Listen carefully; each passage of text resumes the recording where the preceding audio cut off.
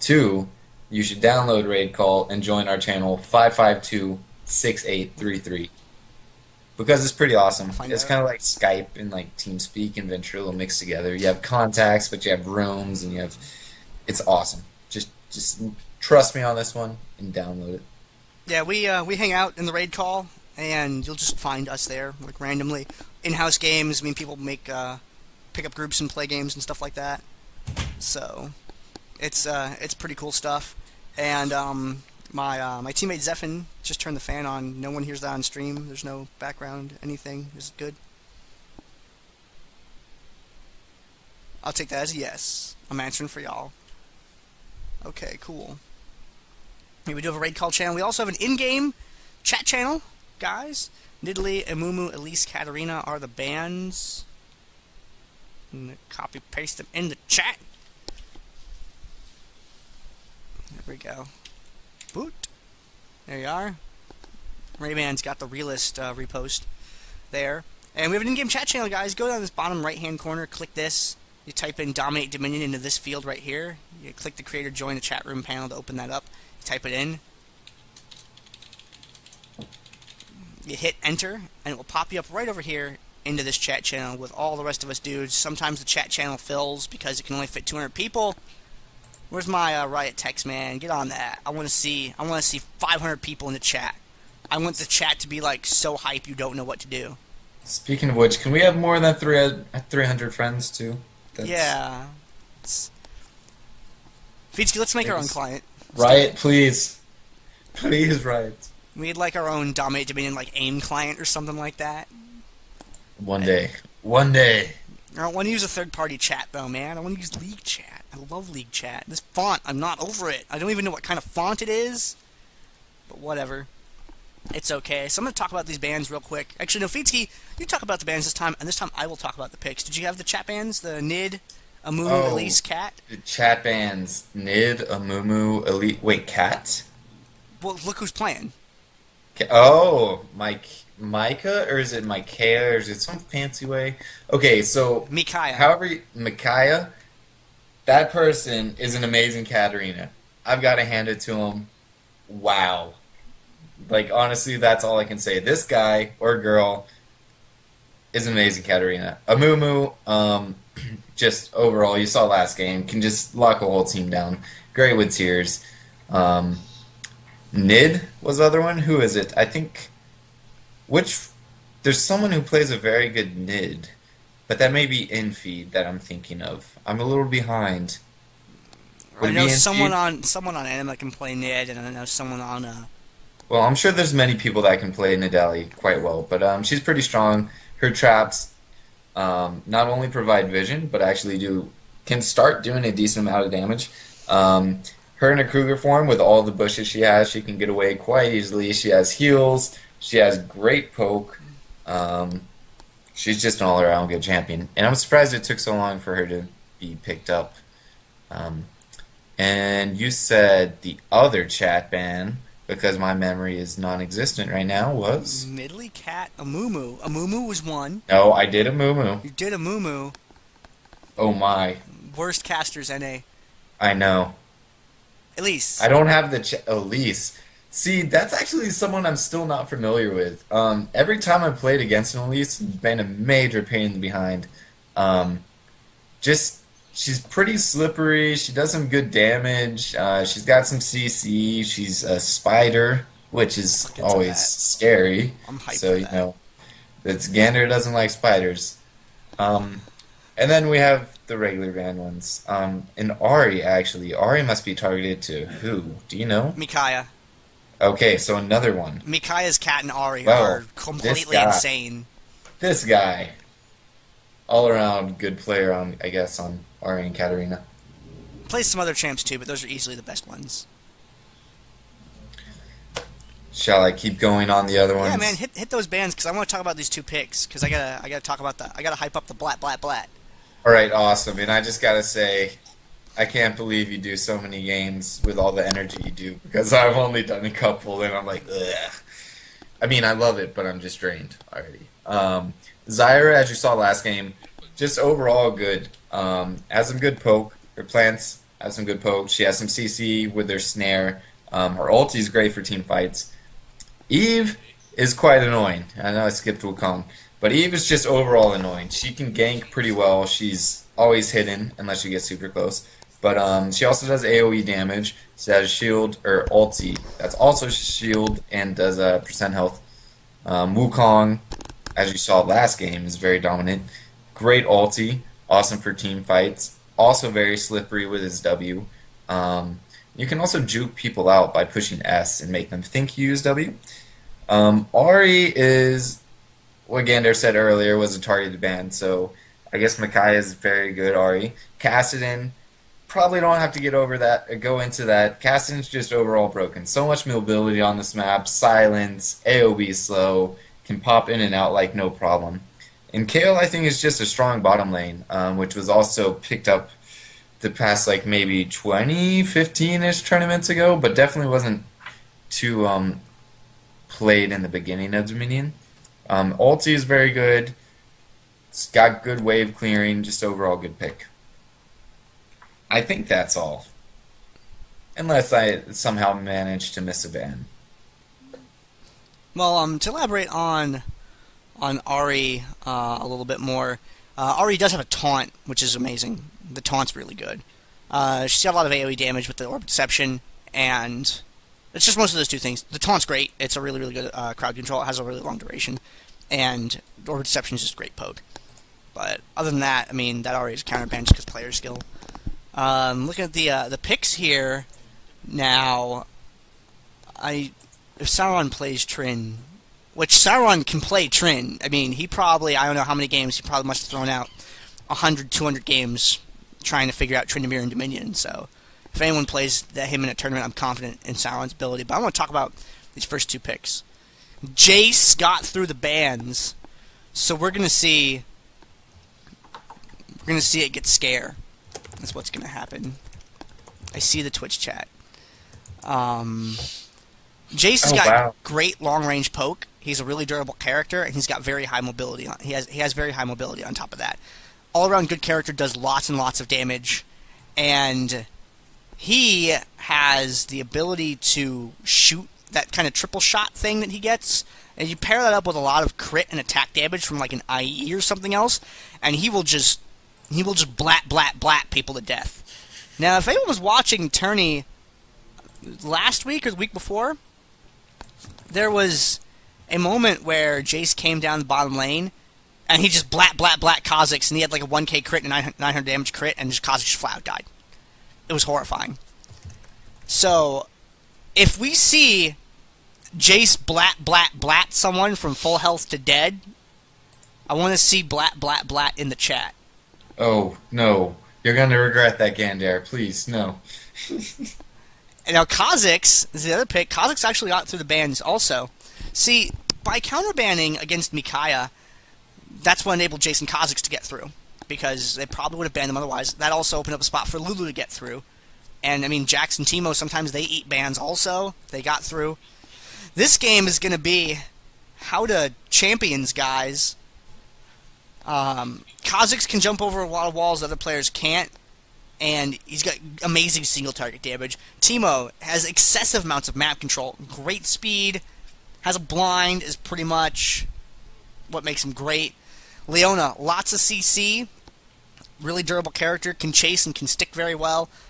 Annie, lots of AoE damage, she vomits up damage. Tibbers is really cool, and she has Molten Shield, and I think Molten Shield is the best part of Annie's entire kit, because it gives her such an increase in armor and MR. It really synchronizes well with being able with you know, the health from Blackfire Torch, and you can use that, and you can really get into some fights that you just normally the 6-hit combo. I see what you did there. I get it, man. The Twitch chat is the best thing about this job every week. It's the best thing, and yeah, Annie's damage is just really, really high, and she's durable as hell with that Molten Shield. Sauron with Urgot. Sauron's a really good Urgot player. Urgot, long-ranged AD champion, who's a durable one on top of that. He's got Terror Capacitor. You can't really poke him down as well because he has that shield. And he also has really long range. He will just eat you up. He is slow, and it's hard for him to escape because the only escape he really has is the position reverser. So you do have to be aware of that if you're playing him. But Urgot's a character that can really throw down. And, well, I'm sure we'll see Sauron play some good Urgot here in this game. Look at it, Jax. Jax, amazing 1v1 champ. He's not so good at 1v1ing Jaces, but he can. I have seen it. It can be done. But he's got an AoE stun, good initiate with leap strike, empower's nice. Just if you need to just fight out with someone, Jax is a character that can fight out. Unless Teemo blinds him, then it's like he needs Master Yi's goggles or something instead because he can't see anymore. MMKH on LeBlanc. I love seeing good LeBlanc players. Ever since TheFeedski in that one tournament did like the double distortion and I had no idea where I was. And then he ethereal chained someone over the wall at the windmill and then kept them from getting into, I think it was a J4, kept them from getting into dash range to be able to airborne so could walk away from the fight. That was crazy. LeBlanc, like, is an awesome character. And MMKH plays a lot of LeBlanc. I've seen TheFeedski play LeBlanc on Europe West. I've seen Neo-style play LeBlanc. LeBlanc is a very difficult character to use because LeBlanc is so fragile. LeBlanc has a silence. LeBlanc has a root. LeBlanc has a gap creator or closer. She can dash around. Good character, but if you get caught, you get splat. Don't get splat. Lulu can slow people. She makes her allies' hit points a lie. Just when you thought somebody was going to die, Lulu happens. Their health goes up. They get a shield, and they eat that burst. They don't die. And then all of a sudden, all of your stuff is on cooldown. Their stuff is not on cooldown, and they have Lulu there as a support. You're going to get Glitterlanced, and you're going to die. And then J4 has an airborne. He spawns terrain. He has a slow. He does good damage, and he's a durable character. J4 is like the perfect Dominion champion. He's got everything. He's got durable. He has durable. He has delay. He has CC. He has damage. Great. I'm Gandair, for people wondering. And I'm your caster today. If you like me, you can follow my media, my gaming clan on Twitter, @VatoClan. And you can see past games that I have cast from here and from the Europe West tournaments and other media by me on my team's YouTube channel at youtube.com/VatoClan. And TheFeedski, why don't you introduce yourself while we transition over to the load screen? Awesome. Okay, I am TheFeedski. I run these tournaments. I'm not a usual caster, but Spippy for the win. Awesome comment that you just posted.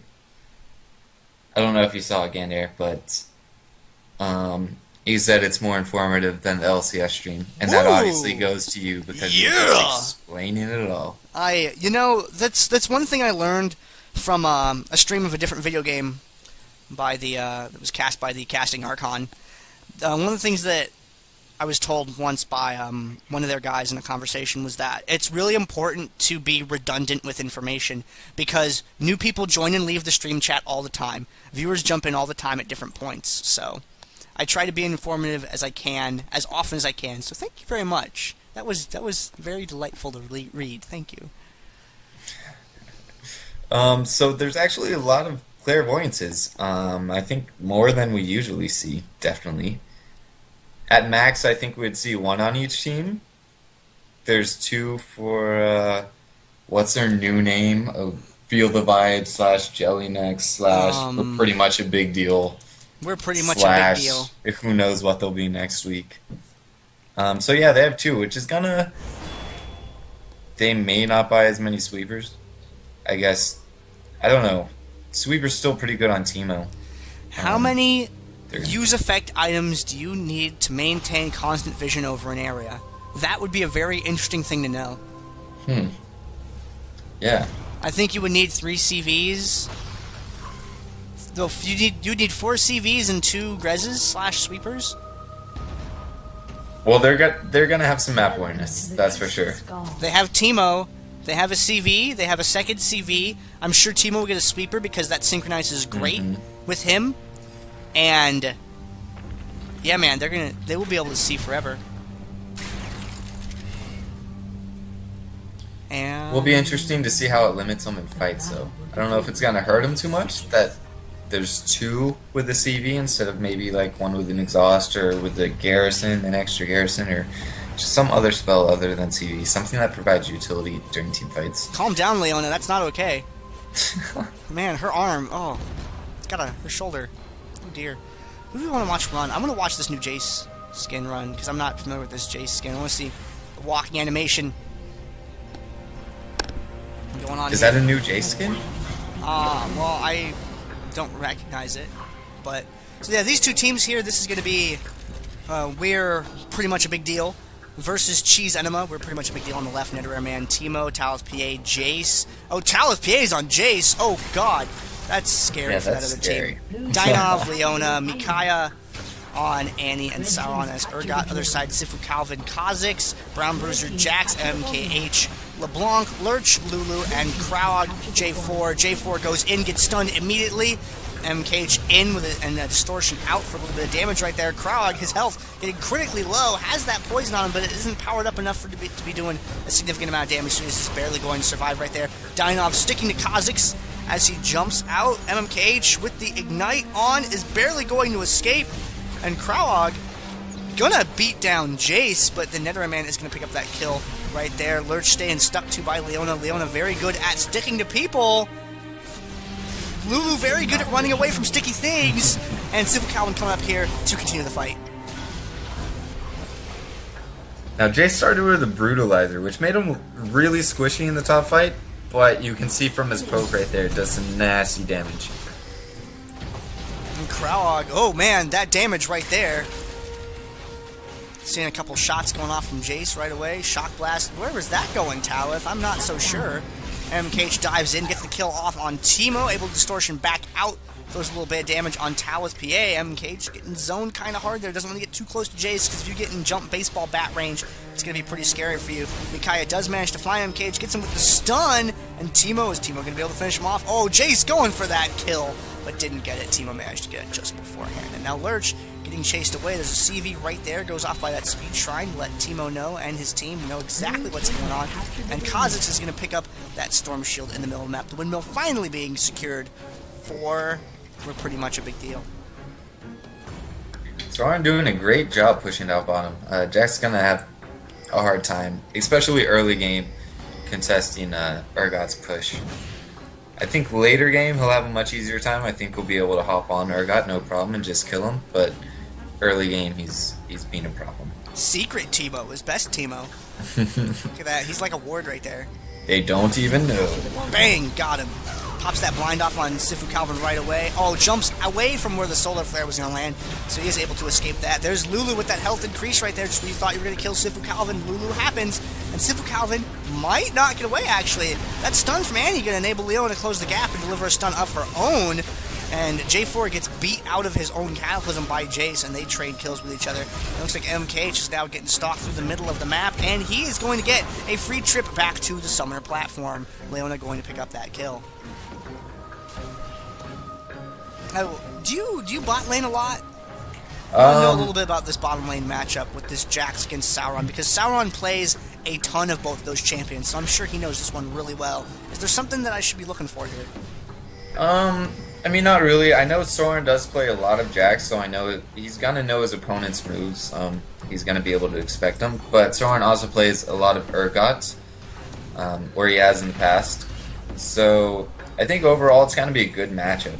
I think Jax has a little bit of the edge. Sauron is maybe going tanky, which will help him. But Teemo, though, at the top end of the map, might be getting caught out, but no. Looks like false alarm. Looks like he is able to survive up there. Gets the poke on Krog. Is Lurch gonna get the yes? Just barely getting the neutral right there. Talith PA is gonna jump in and get the damage in on Lurch. Gonna turn into gun form and start shooting at him. Lurch is being kept out of the fight by Leona right now. Krog is trying to fight whoever he can, but everyone just moves so quick around that acceleration gate. Oh, Teemo able to get the kill on Kha'Zix, and Jace picking up the kill off on Lulu. I can't fit enough things on my screen. Where's my subcom scroll out, guys? Now, Kha'Zix Q goes through a Teemo blind, correct? Or does it not? I'm not sure. I know MKH had a great interrupt right there, though, with the Sigil one-way, chains the other way, but just didn't have the damage to really withstand being there for a prolonged period of time. Sifu Calvin going to go for the tower right here. Looks like he's going to be able to get it okay. Brown Bruce going to go ahead and recall in the bottom lane. Jace head down that way. So apparently the chat is saying yes, Kha'Zix Q does go through Teemo's blind, which is going to help a lot because there's not too many other people Teemo can blind. With Jax being bottom, I guess the other one could be Jarvan. Ooh, that I Teemo wouldn't mushroom be right there reveals that they're all in that area. Sweeper goes off to see if there are any more mushrooms in there, but there are not. So the other Sweeper is down on top of that, so they wouldn't know if they were hiding out in any of those bushes there. The CV reveals where they are on the map, and now they're just kind of closing in. They're applying pressure here, which keeps them from being able to push out and get active on the map. They're just kind of bottled around behind this rock. The second CV shows them that. All CV all the time. All day. Crowd getting chased down here. Oh! Dashes away towards Sifu Calvin. MKH coming down from the top, finds Netherrare Man. That could be bad for Netherrare Man right there. Taking a lot of damage. Taking Dynov for a walk. Oh! Good Cataclysm. Boxing them back away from the rest of the team. It's going to keep them alive, but at the same time, while it was good for keeping them alive, they really weren't able to do that. What? The health relic keeping Lurch alive right there. The shield keeping... That's why you use Lulu. Just when you thought that the person was going to die, Lulu happens, and then they're fine. And then your stuff is on cooldown. She pulled a painkiller. Oh no, LeBlanc. That was scary. LeBlanc got a free trip back to the summer platform. Down the It's bottom. always nice. Brown Bruiser is going to have to clean up these minions, give Sauron an opportunity to go back and recall. Sauron with the Sheen, looks like he's going for that Frozen Fist. Is that right from that build? No. He's going for, is that a Warden's Mail or a Glacial Shroud that you need for that? That's a Glacial Shroud you need for that. Yeah, that's what I expected. It gives him some nice CDR. Huh. Plus, it's versus Jax. So with the Warden's Mail in that, it's kind of lowers attack speed, which is amazing for Jax. Uh-oh, Brown Bruiser might get Jace down here in this bottom lane. Talipay and Sauron beating up on him, and they get that kill right there. Teemo picking up one in the upper part of the map. MKH does get slowed by that Teemo Mushroom. It's one stun. Leona does manage to tag him with it. Netherrare Man does pick up that double kill right there. And this has just been a nice stun. No, good Solar Flare on Sifu Calvin right there. He gets shut down by Talipay's Jace. And now Brown Bruiser getting stunned. I think Micaiah eating up those bans for the team did really well for them, because they did get access to Teemo and Jace, and they're doing great things with those characters. Teemo's especially doing work. Jace also doing a great job. They are going to pick up that bottom point right there, and we normally don't see Cheese Enema in this position that they're in right now. Cheese Enema is usually the one that gets a really aggressive advantage early on in the game, like a 4-cap or something like that, and then, you know, goes into a 3-cap kind of normal thing later on. Normally they're not in a bad spot. So this is a very different thing to see. Now they are able to catch out Annie here and get rid of her for a moment. Looks like they're sending Kha'Zix down to recapture that bottom point, and they're cleaning up minions in the middle of the map right there, but they're still not across the map yet. Now, do you know if Micaiah ever plays Annie, or is that... Yeah. Not nearly to the extent of skill as those other two characters.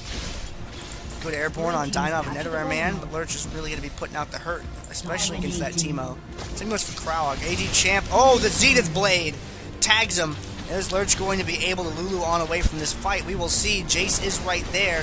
Sifu Calvin does better. He jumps on out of the way too. Lurch does go down. Sifu Calvin, he takes his own trip back to the summer platform. He doesn't get one. He doesn't get an all expenses paid trip. That's an out-of-pocket cost one right there. The worst ones. And they are going to get the drill. But they're going to get the full cap off on it. Dynov is trying to keep Sifu back so Netherrare can cap, and nope. Netherrare is going to try and get away there. The sweeper goes off, reveals everything that's going on there, and Sifu is going to get taken down. Dynov low on health. MMKH could potentially take care of him, especially with the help of Krowog right there. He does get that. But they still aren't across the map is the important thing to note, unfortunately. They will not be able to turn this game around unless they can get off of that drill and get the windmill back. Now top maybe... Oh, it is neutralized by the minions. Blue caster minion? No, red caster minion. Purple caster minion? I got colorblind mode on. I don't know what's going on. Yes. Micaiah running away back towards that tower, and he's probably going to be able to get that back while they're zoning the rest of the people away. And no! Micaiah is just going to recall, not going to recapture the tower. Not sure how I feel about that. Sauron gets boxed in by the Cataclysm right there. Dynov does not connect with the Zenith Blade or the Solar Flare. J4 is on through the wall and is not able to escape. Sauron has that under control. Cage down there doing the backdoor thing is gonna... Nope! Mate, what? He distortion but took the damage halfway through the distortion. Interesting. I did see that as well. Huh.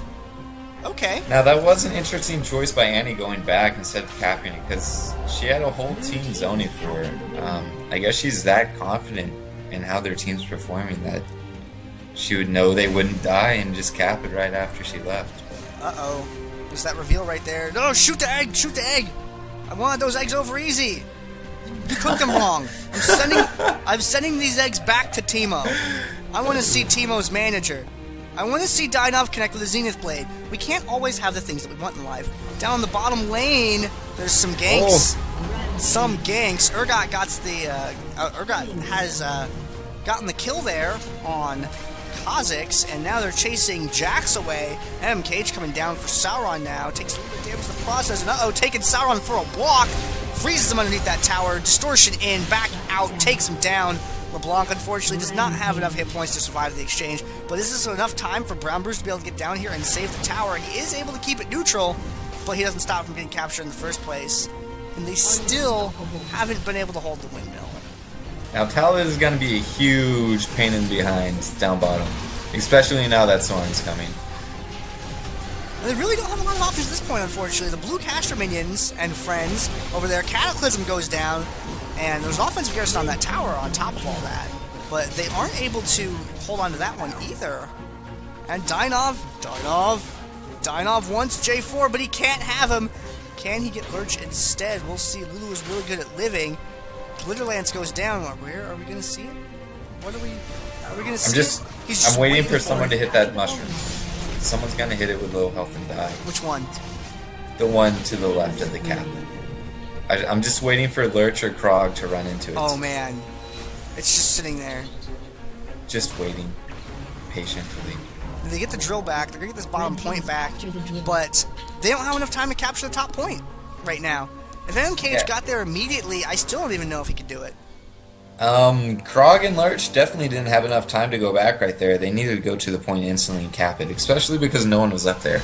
And I know they can't see that no one was up there because they obviously don't have the map that we see without the Fog of War, but that's something you just have to... Stop the clock, MKH.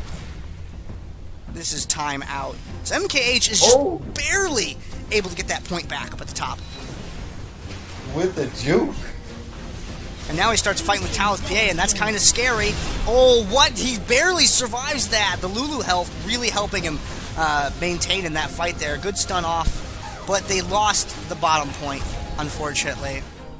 That's going to be a good game. Well, they did have a pretty good fight up at the top there. Down the bottom, Sauron's Urgot was able to pull off the neutral and take home the game. So this means that we are going to see...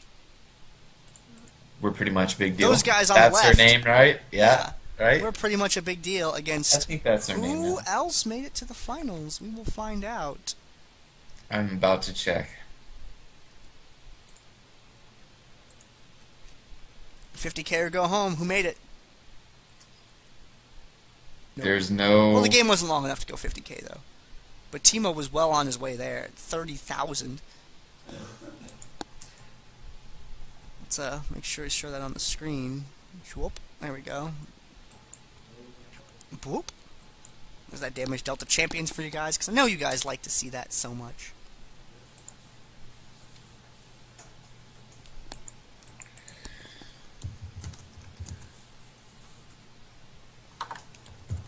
Alrighty.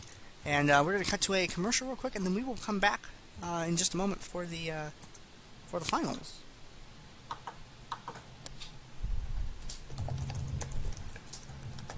If someone wants to see time spent dead, I'll take a look at that real quick before I kick over to the... LeBlanc, Graveyard Hero.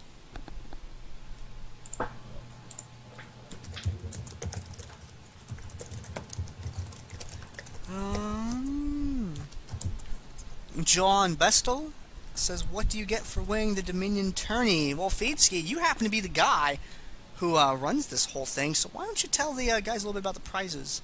Well, what do you get for winning? Okay, so normally you get $20 worth of ride points each player on your team, along with the Triumphant Ride skin, which can only be won through tournaments provided by Riot. And then there's also a $300 bounty on Team Pex. They will get cold cash money. If you can beat Team Pex, you get that as well. And then there's, of course, second, third, and fourth place prizes, which are $15 Riot points for second, 10 for third, and 5 for fourth. Now, for the Pays Everyone Child Support bounty, let's see if we can nail down the specifics on it. You have to be a new team that's entered the tournament, which means the members, current and former of teams Cheese Enema, Pays Everyone Child Support, Blind Pick Banditos, Feel the Vibe, those guys aren't eligible. Those guys can't win. So you have to be a team that's not them. And then you can jump in and claim that bounty if you defeat Pays Everyone Child Support in the tournament. So let's go to a commercial real quick, and then we will join that next game.